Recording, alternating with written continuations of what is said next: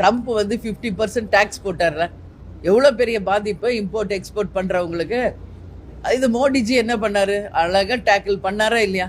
போனார், ஜப்பானை சைலண்டாக பார்த்தாரு, சைனாவை சந்திச்சாரு, ரஷ்ய அதிபர்கள் எல்லாரையும் சந்திச்சாரு.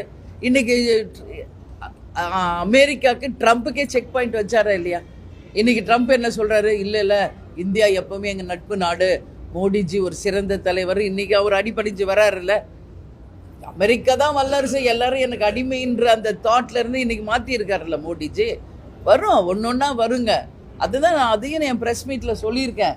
Modiji makes magic to Trump and the American country அப்படின்னு நான் சொல்லியிருக்கேன். அவங்க தான் வல்லரசுன்னு நினச்சிக்கிட்டு இருக்காங்க. வெகு என்னை பொறுத்த வரைக்கும் கேப்டன் பட டைட்டில் மட்டும் வல்லரசு இல்லை, கேப்டன் மட்டும் வல்லரசு இல்லை, தமிழ் நம்மளுடைய இந்தியாவும் வெகு விரைவில் வல்லரசு நாடாக வரும்னு நாங்கள் நம்புகிறோம். டயா பூஸ்டர் சுகருடைய ரிமோட் கண்ட்ரோல்